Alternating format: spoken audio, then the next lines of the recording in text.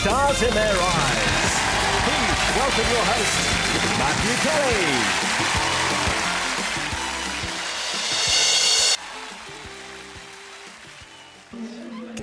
Kelly. Go 1 minute to transmission, guys.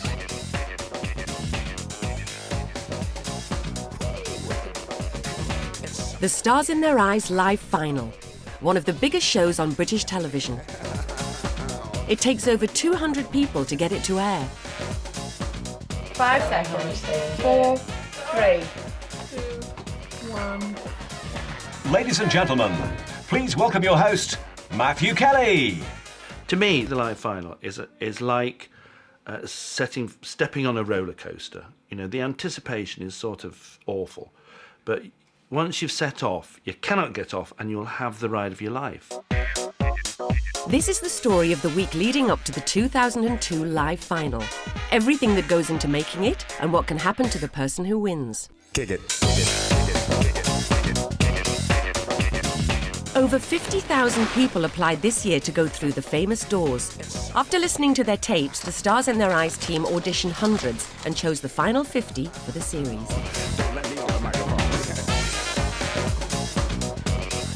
They've been voted down to the last 10 finalists, and by the end of this week, there will be one winner.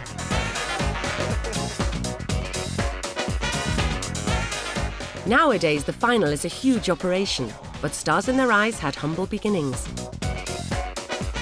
My name is Nigel Hall, and I'm executive producer of Stars in Their Eyes. We made the pilot 14 years ago, and I was the researcher on it. There was no money. It was a pilot made for us. It wasn't being shown on telly.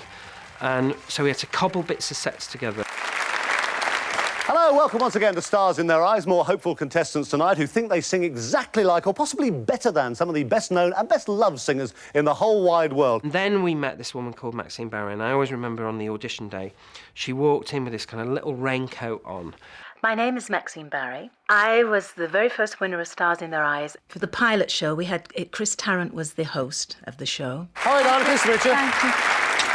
Now, it's Maxine Barry Yes, from yes. Haywood. That's right. And you're a yes. civil servant. Yes, I am. It was a little different than what it is now because we had to go and choose our costumes, right, which was, you know, we said, oh, and who are you going to be? So I'm interested to see who you're going to become tonight. Shirley Bassey. Shirley Bassey. Right, come on then, let's go and pick yourself a frock.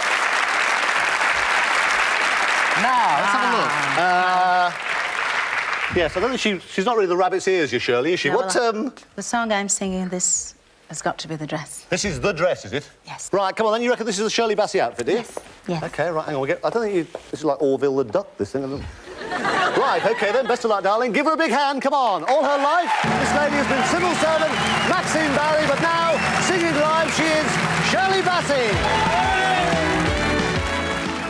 It was just a lovely thing to do. I mean, we all had to take our own costumes because there's no money.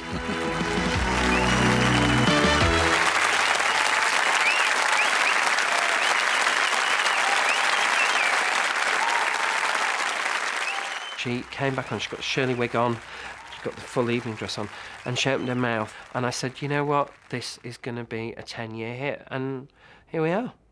I'm Jane McNaught, and I was the original producer and then executive producer for the first 10 years of the show. There were things that stood out from that original pilot that immediately needed to be changed. It very much had a small pilot set. This is needed to kind of to scream show business. You need to treat the contestants as you would treat those real stars. If you want them to look and to act like the real stars, you need to give them the right environment. But there was one thing that she didn't change from the pilot, the first contestant. They asked me to be on the very first show and the first one to go through the doors, which, what can I say? It was wonderful. And to have all the things that I've wanted, an orchestra, the lights, the glamorous dresses. Something on the way he attracts me like no other lover. Something in the way he moves me. All the years that I'd worked hard and never got anywhere, all the auditions I'd been to and been turned away, and it was my turn, and I couldn't believe it. And even now when I talk about it, just fills me up. The emotion came out and it was just incredible. The Stars in Their Eyes series winner is Shirley Bassey! If you'd have given me £1 million, it couldn't have given me the feeling any better than what I had then. Because from that show, it opened the doors that I would never even get a look in. And since then, it's just been incredible. For some people, it's a completely life-changing event. For those people that maybe win a series or win a live final, even win a heat, they've been snapped up by talent scouts, by agents, by cruise ships, and they've gone on to make a career out of it. Well, I make my living going as Shirley. I'm a little bit cheaper than she is, but...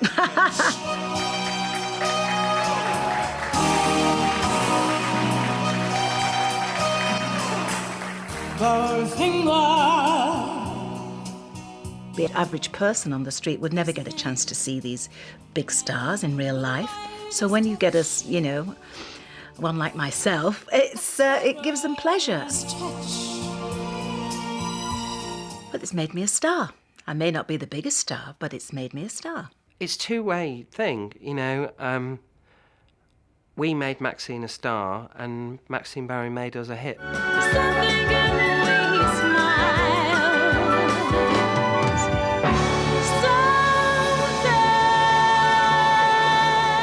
Since the very first show, finding great singers and giving them a stage has been at the heart of the programme's success.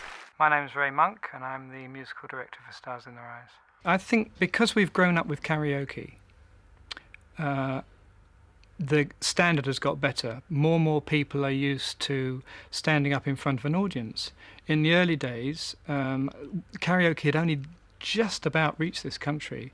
Most people had only ever sang in front of their family before. So we didn't really know what to expect when we got to audition stage. She's my baby, don't mean she's my baby doll, my baby doll, my baby doll. We were putting adverts out saying, do you sound like a famous person? And we were getting the oddest thing. People were saying they sounded like Margaret Thatcher. We got a bloke rocking in who wanted to be Jesus Christ. This could be the last time. This could be the last time. We used to audition all comers, and you used to get one or two hilarious auditionees, yeah.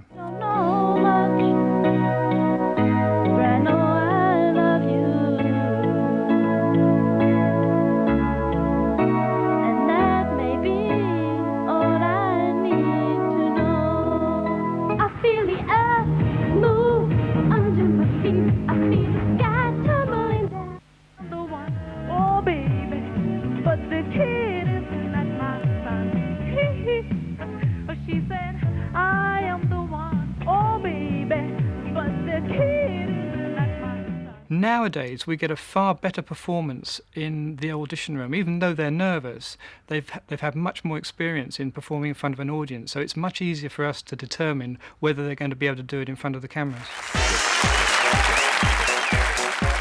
So by the time they reach the live final, this year's contestants have sailed through 2 auditions, plus won over a studio audience in their heat. But the final is live, and that means everything has to work right, and they've only got one shot at it.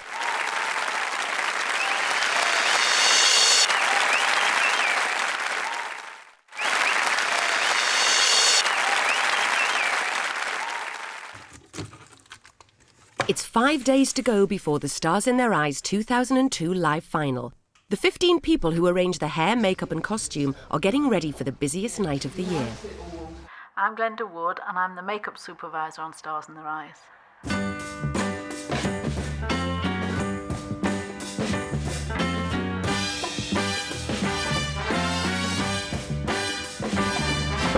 When we first started, I don't think they expected so much from everybody, and now they expect as near to perfection as we can get every time. And every time we have to do it, we have to be a little bit more detailed. From our point of view, it's got harder, and I worry more because I'm older. The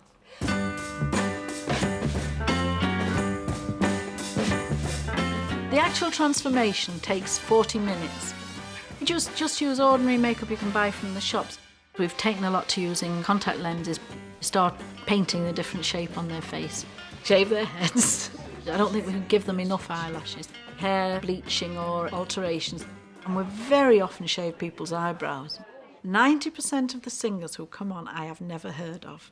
Most of them I haven't, because I don't keep up with music at all, obviously. So we just then have to just copy. We get the wigs made by a wonderful wig maker in London. And Jeanette does the wigs, and she is brilliant, this girl.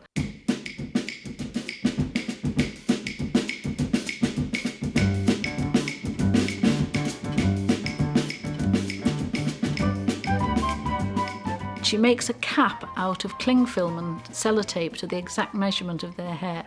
And then the wigs are made by a fine lace cap being made to exactly their measurements. Then the hair is knotted in a hair at a time.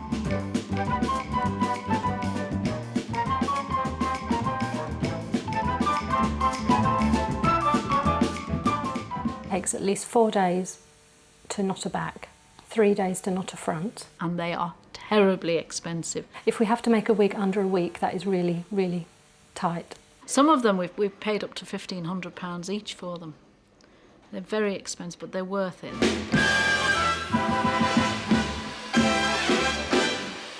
We do use a lot of the wigs a second time. We've got a huge stock of wigs now, you can imagine. This is Cerys Matthews, which we've used before and cut as Madonna. This was Madonna once. You waste your time with hate and regret. I dream I'm your one and only. And this one, this big tatty one, we've got a lot to do with it. This is a synthetic one. We don't very often use synthetic ones. And Carol Vorderman had this, when it looked a lot better, of course, when she was playing Cher.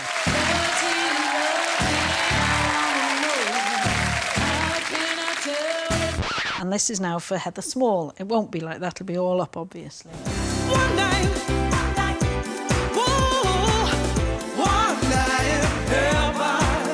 The wig makers always make fun of me and say I could do a whole Victorian play with one sideboard, but I don't think it's quite like that.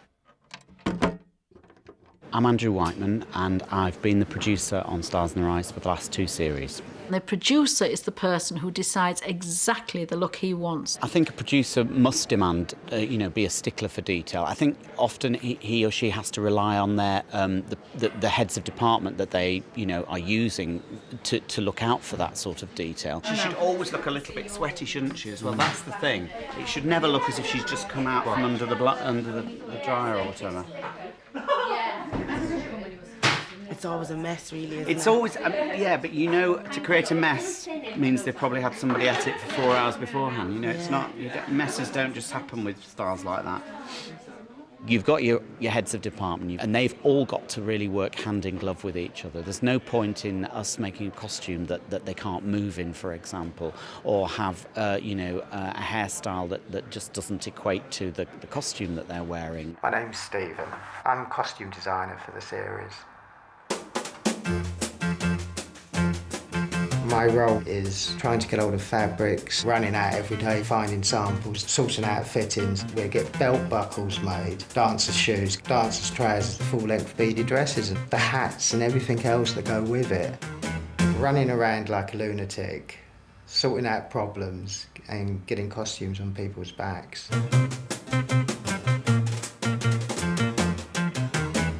The series that's just been transmitted, that would have been about 12 weeks, and actual costumes that would have been sort of bought, stroke made for that series would work out about 350 costumes in total.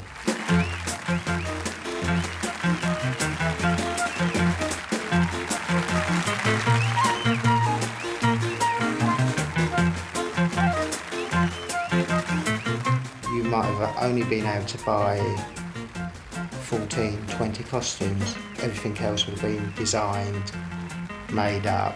You've got to try and make it feel and be as authentic as possible. So when it comes down to detail, if we need buttons made, we'll get buttons made. George Michael that was done this series that's just gone out. All that stuff was an original American police uniform and everything, so we actually got that from the States. So all the little, even down to the underwear, because that can change the shape of the body and everything. If you put, say, one of the female artists that's doing a 60s number in a modern bra, the body shape's going to be so totally different. So even if you get the dress cut for a 1960s dress, it won't fit right because she's wearing a modern bra. I'm very picky, and so are the producers, but it's not being picky, it's being a perfectionist. Oh, I sit here sometimes cringing. No, worse, I sit at home on a Saturday night cringing, thinking, oh, God, why did I do that? We made a terrible boo-boo once. We missed out Lisa Stansfield's beauty spot. That was a shock, but never mind again. We've done our best. Everybody who works on this show is an award winner. You know, people who do the lighting, who do the makeup, who do the costumes, who do the music, who do the sound. Everybody is award winner. So you know that you are working with people who are the best. My name is Michelle Thorne, and I am the choreographer of Stars in Their Eyes. I've been working on Stars in Their Eyes for 13 years, and I first started as a dancer.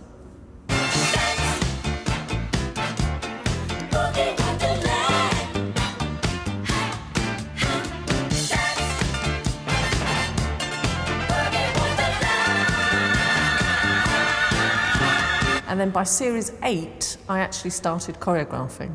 3, 4, 5, 6, 7, 8. We need to make each performance look spontaneous, but in fact, it's being choreographed or staged in such a way that it's that every time they do it. It's building the individual confidence, making sure they're very positive, giving them camera technique and performance. So that they don't have any doubts when they walk through the door. Now that in itself is quite a challenging process, but everybody's different as to what they need. You've got the periods really well, but we just need to get you down a bit more about it rather than up. If I do get a Jennifer Lopez who's not as capable as one would like, or a Britney Spears, it's tough, it is tough, but at the end of the day, they are singing live, and that has to come first. But it's not just the contestants that Michelle has to worry about. She also choreographs the Stars dancers. I think it's very tricky to find the right dancer for Stars in Their Eyes. I mean, people say that the auditions that I hold are the hardest in terms of they have to be versatile. You know, it doesn't... I need a good mixture of people, so I need characters. I need personalities. I need faces that will look good on camera. You need to be hardworking, conscientious, disciplined, and do all different styles, really. You know, as I say, versatile. At Granada Studios, the preparations for the live final are well underway. The production team get together to discuss the opening of the show. What we really wanted to do is give you a very brief outline of how we intend to do the opening of the live final. So it's Matthew coming through the doors on show 10. Saying, welcome Stars in Their Eyes. Then we pull back from that, and the picture is actually on the screen in Matthew's dressing room, yeah?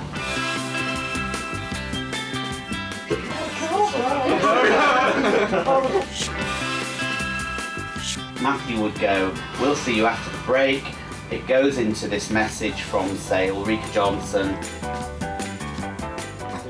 The current series of Stars in Their Eyes was filmed 9 months ago.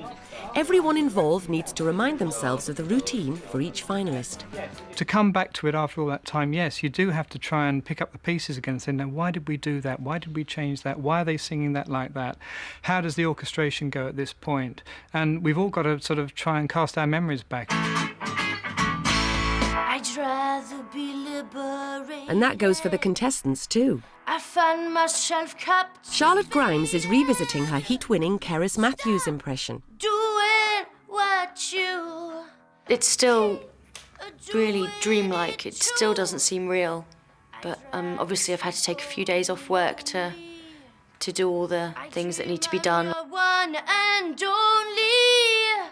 Not everyone needs very much coaching. A lot of these people are more expert in their field than I am. They've been growing up with this character for, say, the 6 months that they've decided to do it for. So by the time we get to the stage where they're ready to see me, they know the song extremely well. Things are getting strange now, I can't sleep. Keris was the only person I could really impersonate. And Mulder and Scully is the easiest song to sing. Ship. I find myself jumping straight in. Stop! Absolutely sick of the song. Can't stand it anymore. Had enough. I want to sing something else. I'm going to do some James Brown, I think. So what have you got to say about that? Yeah, good. That was really good. Yeah, that's really coming on. You've warmed up now. I'm now happy with that middle section. My bed is made for two. You seem to be on top of it now. All right, well done. Thank you, Ray. I do like singing, so I wouldn't mind making a career out of it, but I'd rather be a TV presenter. So give me a job. Meanwhile, other contestants are making rather different preparations for the live final. I'm in my local shopping centre and I'm fly posting, a bit like a voting campaign. See if I can get the whole of Liverpool behind me. People have been stopping me in the streets and saying, "Oh, you the girl who was on Stars in Their Eyes?" Is that you? Anastasia? The blonde? That was me. When it actually came on television, it was like, suddenly everything. And my face seemed to be in every single newspaper and TV magazine, and it was brilliant. Felt like I was famous.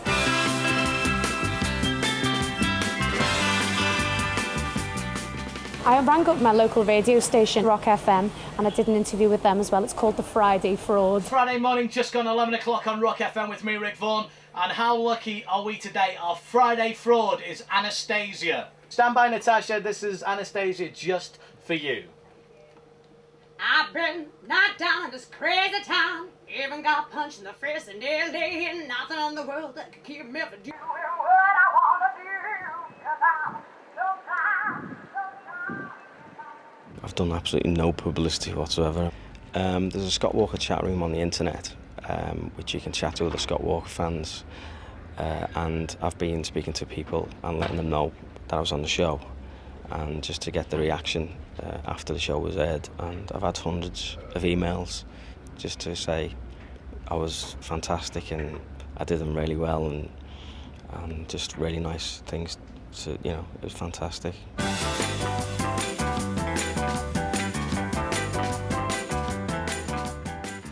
The thing I'm looking forward to the most in the live final is singing with an orchestra, which is my dream. I can't wait to go back and see all the crew again and see all the contestants and have a ball and get back onto that stage and sing my lungs out.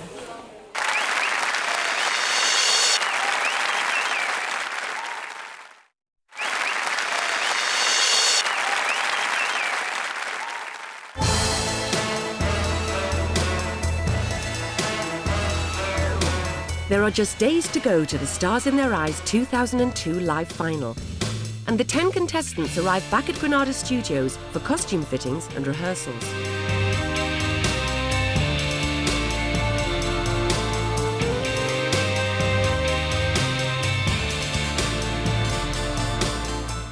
With the live finals, at the moment I'm not nervous, I think because I've done it before, but as the days goes on I will be nervous.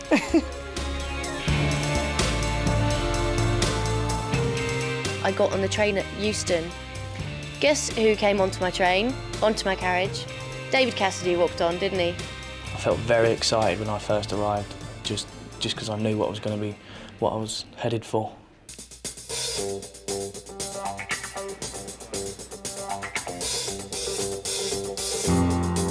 While the contestants settle in, £170,000 worth of brand new set is being put together in Studio 12. I'm Richard Plum, the production designer. This set is a complete change. There's nothing that relates to the old set. Having said that, we wanted a degree of familiarity, otherwise we'd throw the baby out with the bathwater by changing the whole thing. The format remains the same, Sketch-wise, you get some ideas, you jot them down, you build up a picture on paper, and then we do a presentation model to show the producer, the director, the whole of the production crew, and to make sure that the people building the set have something to aspire to. So we've put the orchestra pit in, and that's the one thing that we haven't tried before, so we're waiting with bated breath for the final to work. In previous years, we've always been to the side of the set. This year, we are right under their noses in a kind of pit. So we've got a few problems to iron out when the orchestra comes in.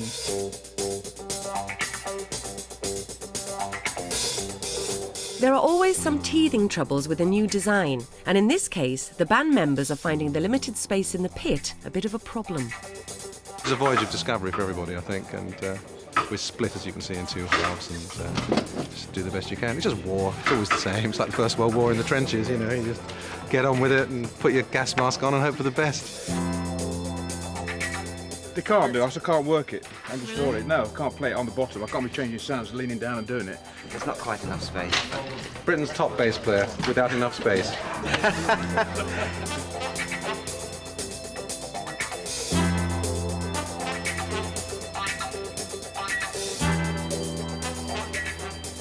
This would be all right if we didn't actually have to hold these at the same time. There'd be loads of room then.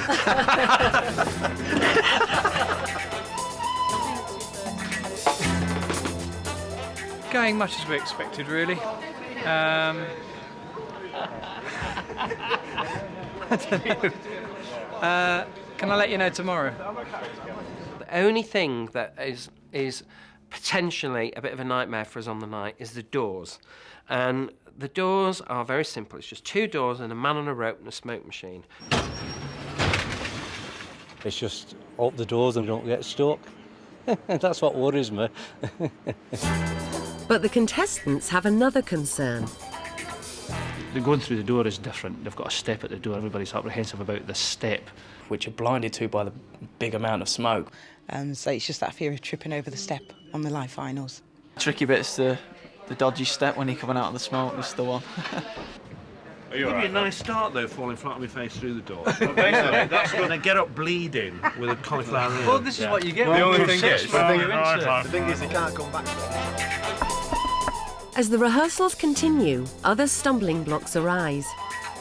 There's various problems that you might incur. They might have grown in size or shrunk in size, therefore the costume won't fit. They walk into studio that day and you've got the costume in their dressing room, and then that's when they turn around and say, I think I've put a bit of weight on. That's a disgrace. You look at them and that one's going to be an alteration, that one's definitely an alteration. Oh no, what are we going to do now? Well, good news for you, you've lost lots of weight, but it's bad news for us, isn't it? Which is, it's one of the problems with the live final, is that there's quite a long period of time in between you actually doing it and then coming back. And people change, and shapes change. Yours for the better. We take all these wigs out and get them all ready, because when they've been in a box they've gone flat and lifeless, so we give them a good brushing. These are some of the wigs for the final. Some of the people don't need wigs, we cut their own hair. This one's David Cassidy, and because we're doing the whole Partridge family, we have the dancers wear wigs too, because one's supposed to be mum. At least the wigs are all guaranteed to still fit. The most expensive was Luther's costume, because that was a three-piece suit and it's completely covered in Diamante pinstripes. So the costumiers that made that for us, they really had a tough time.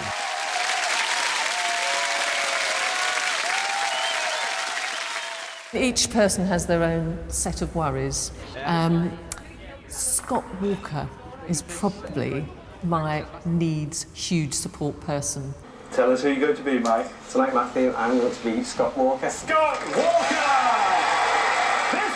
And the talk with Matthew was the most frightening thing I've ever done, I think, just because I just didn't know what to say. And one of the things they really fret about is chatting to me. Lovely beardy me, can you imagine that?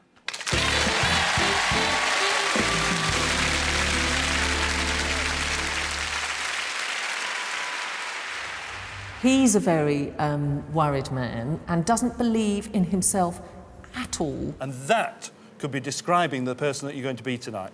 Yes, because he's a bit shy as well. Strange enough, so is Elvis.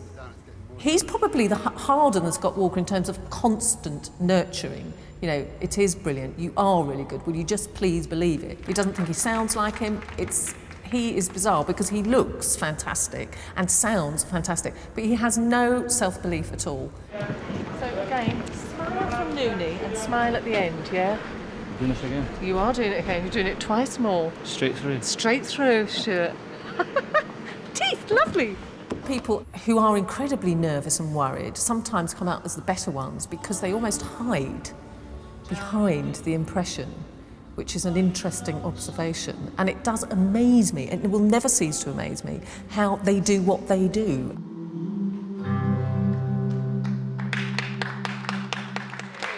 It's very good, Stuart. But you can smile at the beginning and the end. The winner of Saturday's final won't get any cash prize. However, many contestants find that being in the spotlight gives them the confidence and the opportunity to change their lives. My name is Gary Mullen. It's been 2 years now since I was on Stars in the Rise. My heat had been filmed and things, and I was back home in Glasgow now. I went to the karaoke one night with my friend, says, "This guy's going to be on Stars in the Rise, who's it going to be?" And someone said, "Eddie the Eagle, Elton John, Phil Collins." Oh, God, you know. When I went back, I got a call in for the manager into the office. I thought, what have I done, you know? Have I done something wrong? I was like, listen, you know, what are you going to do? Are you going to, you know, do this, pursue a career out of this? And I was like, I don't know. And she was like, my manager says, you'd be mad if you didn't. And to be honest, at that time, I was saying, yeah, maybe I will, maybe I won't. And I say, after about 4 weeks, I thought, yeah, I'm going to give this a go, you know, and what the hell, if it falls flat in his face, at least I've got a good chance of doing it, you know. I make my living now, basically impersonating Freddie, you know.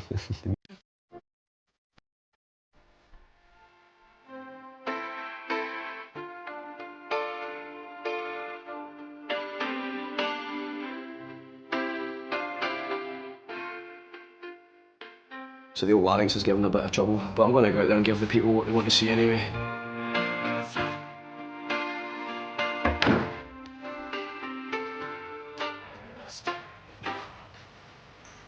Rock and roll. Go.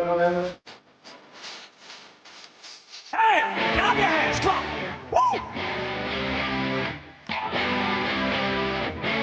Hey, one man, one goal.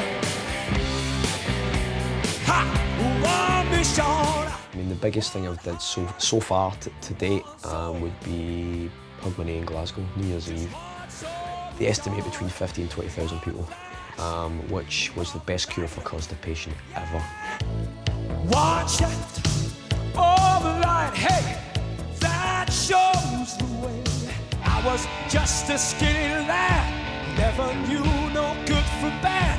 Now you laugh before I left my nursery.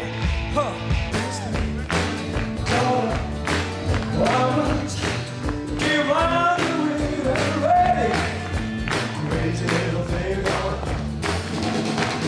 I've achieved my goal, and I've did what I came here to do, you know. Try and get them to think that Freddie's on the stage. But on Stars in Their Eyes, winning isn't everything. Coming second can also have its rewards. My name is Stephen Triffitt. Tell us who you're going to be tonight, Stephen. Tonight, Matthew, I'm going to be Frank Sinatra. Frank Sinatra!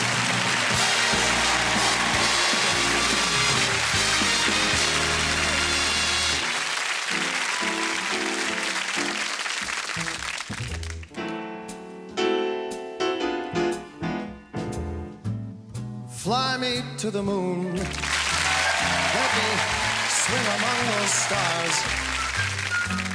Let me see what spring is like on Jupiter and Mars. The live final is terrifying because it is live. I remember when the votes were coming through, I'm being totally honest here now, there was two people that I thought were really going to win it. Either Stephen Triffitt as Frank Sinatra or Tony England as Frankie Valli were going to win it. And then, of course, Gary Mullen's vote came up. Freddie Mercury scored a grand total of 864,833. Now, can finalist number 10 beat Freddie Mercury? Fred Sinatra scored a grand total of 402,510, which means the Stars of the Rise Live Grand Final winner is Freddie Mercury! I thought, OK, fine. He's got it then. Fill my heart with song. But millions of people had seen his amazing performance. All of a sudden, I was able to become professional. I was getting a lot of work coming.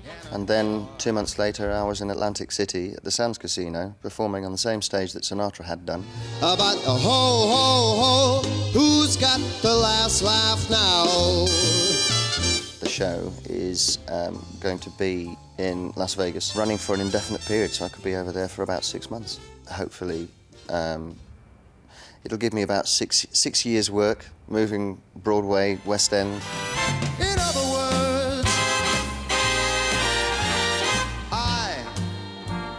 I love you. I always said that one day I would pay £30 to go to Wembley to see one of our stars. And you kind of go, we've never quite done a Will or a Gareth, but it's going to happen. Maybe one of this year's finalists will make that breakthrough. At their evening meeting with Matthew, he passes on his advice. The most important thing about the whole thing is that it's not a competition. I mean, there is a competition in the sense that somebody wins, but in the same sense, it's completely arbitrary. And in the end, it doesn't matter, you know. And if anybody wants anything out of this show, you don't have to win it to get it. You will get it just by being here. They've all proved that they have the talent to be in the live final, but do they have the nerve?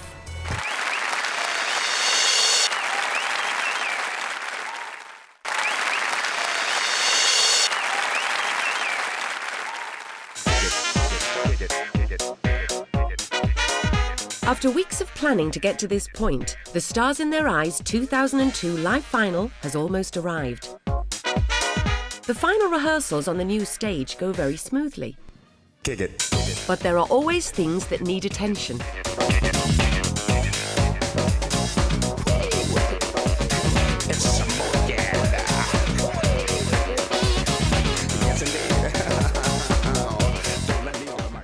When did this change?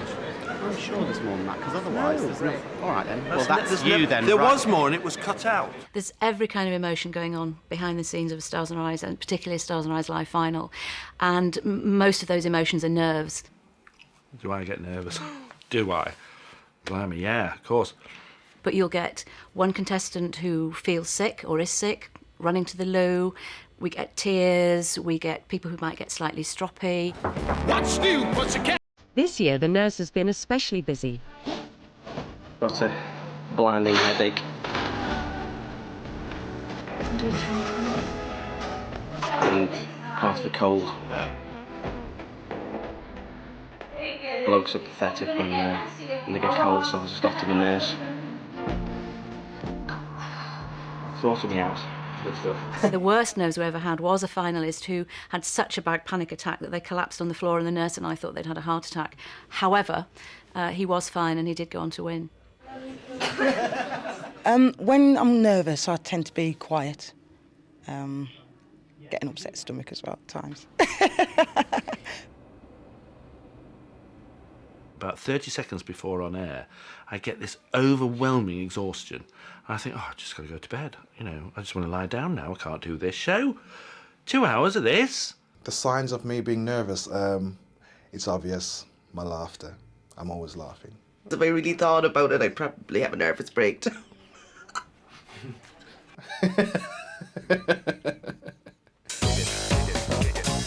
But in the makeup room, there are always people on hand to help them deal with their nerves.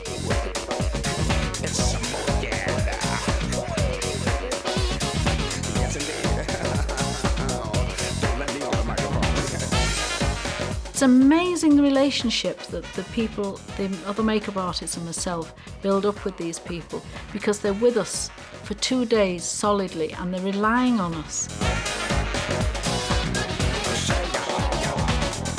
The months of preparation by makeup staff means that the crucial transformations can be done with the minimum of fuss. Easy, Tiger.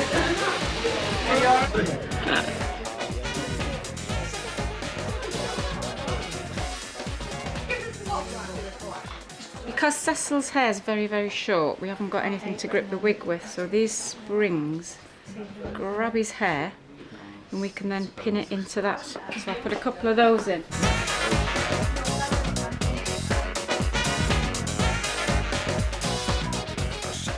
I think it puts me more in character. I mean, like an actor, giving a role to play. I mean, like this now, it's like I'm hiding behind another look, and it just fitting into the role really. So it's quite nice. Meanwhile, the finishing touches are also being made to the script. Right, I'm going to introduce you to the most important people in the show. Right, for me, this is Richard Easter. He's the writer, right? Hello. That's Pat Green, or Peanut as we call her, and she does auto cue, right? And I am Matthew Kelly, the presenter, right? So, Richard writes the words. Hello. Pat types the words, and I read the words. We are the Holy Trinity of comedy, and we are not to be separated under any circumstances. Thank you.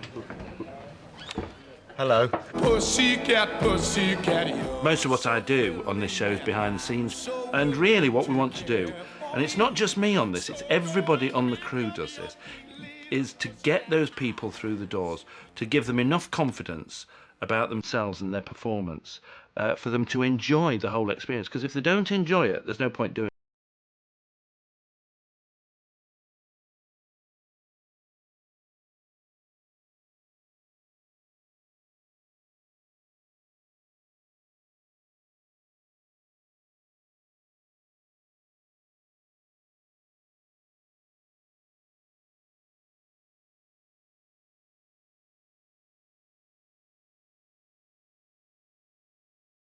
All the money, so at least you can do is tip up being nice to people, isn't it? I mean, let's be honest, come on. Don't show the odds. I'm the lowest one. Every year we have contestants downstairs who sit and read the paper and they go, oh, you're 10 to 1, you're 14 to 1, I'm odds-on favourite, da da da. And you go, it never works that way. It never works that way. You never know what's going to happen on the night. Can I have a £10 win on Heather Small, please? How does it work? We all have an idea who we think is going to win. I get it right about 1 in 10. Any one of those 10 could win the thing, and they would deserve to be in that spot at the end, and that's the great thing about it. We've got about half an hour now. We're feeling good, I'd say. What do you say? Yeah, we've got about half an hour, and he's feeling really good. I'm not too bad, actually. I'm not as bad as what it was in the heat. But I said that before, and the doors opened, and I went, ooh! You're raring to go? Yeah. And with the audience arriving and millions switching on at home, there's now no going back. I'm Ted Robbins, and I'm Stars in Their Eyes, genial warm-up man. I warm up Matthew Kelly and all the audience, and he does need some warming up, Matthew Kelly. And I've done it ever since the show started. Can I say you're the best audience we've had tonight? Chris Power, our director, gives every audience a score, and you've scored 9, ladies and gentlemen. Yes. That's out of 100, but there we go. It's the hottest ticket in town, the Stars in Their Eyes live final. In fact, I can't get in. Are you enjoying yourself, madam? Yeah, well, let your face know, please. Now, it's a night out for you, it's a career for me. Do you prefer it with? And finally, for the contestants and the production team, the wait is over. This is it, the live grand final, Stars in Their Eyes 2002. Good luck, everyone. Ladies and gentlemen, Matthew Kelly.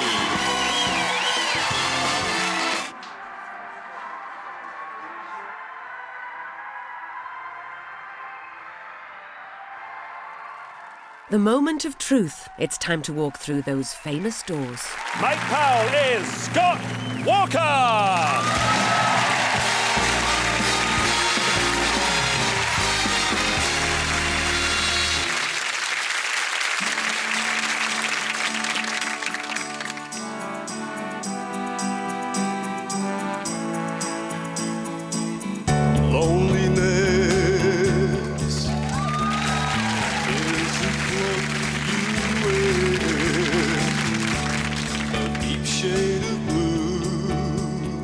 Hours of practice and worry come down to a few fabulous minutes on stage. The sun ain't gonna shine anymore. Now, baby, come on. Claim that love you never let me feel. I should have known, 'cause you brought nothing real. Come on, be a man about it. You and I ain't got no more tears to cry. And I can't simply the best. You're better than all the rest. You're better than anyone I've ever met. Is your heart filled with pain? Shall I come back again? Tell me, dear, are you lonesome tonight?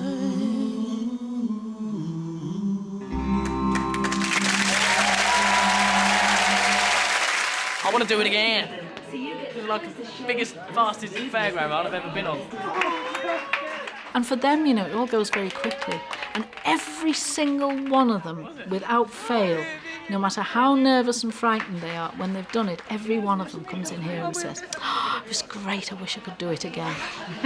It's great. It's great rehearsing, but I tell you what, once that audience is in, oh, that's when you feel it. It went fantastically well. They all did absolutely brilliantly. Fabulous lineup. You know, who'd you pick? Only you can make one of our 10 the 2002 champions. So are you ready? Are you steady? Then go, because the lines are open now. That was an absolutely wonderful show. God, well done. I'm really proud of all of you. It was just wonderful to watch, you know. It was lovely. I think we're proud of you. It was a thing of beauty. It's a TOB, loves. TOB, thing of beauty. While 500,000 votes pour in, the tension backstage has completely gone. She went too early. The last thing I said to the She went, do not move to your right until, ooh, I'm stuck on my heart. What does she do? She goes on the first chorus. I'm like this. Rebecca. And then I didn't realise it until it was over there for ages. It was, oh my God. I can't move anywhere now. He was still fantastic. Because there's a big tendency to go, we've done it, you know, and that last bit is only 20 minutes long, you know, and the first section is an hour and a half, and it's kind of quite tiring, that bit, and you've got to wait an hour and not have a bevy. You know, you've got to just stick with it. I did it one year, and the first thing I did, I know it's an hour away, but I slurred my words all the time. Oh, welcome back to the I'm not very interested in the results section. You know, there has to be a winner, so, you know, we have to announce the winner. And, but I'm not bothered who the winner is, you know.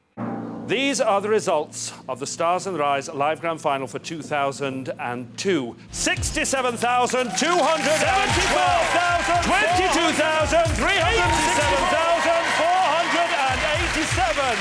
That means that Luther is in the lead. 41,783,302. 51,871. 37,240,731. Tina Turner, she scored 230,115, which means the Stars in the Rise Live Grand Champion for 2002 is Elvis Presley.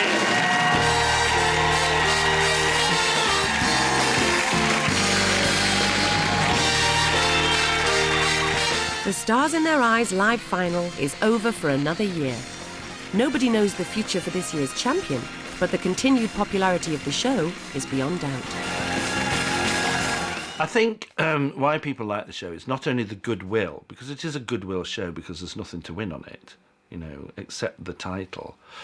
I think people like it because it gets its own joke, really. Because it's bizarre, it's very, very surreal. My mum watches it because she sits there and she goes, "Isn't Donny Osmond lovely?" And my sister watches it and she goes, "That is the biggest campest show on telly." But I think there's room for a bit of camp on ITV. Gig it, gig it, gig it, gig it.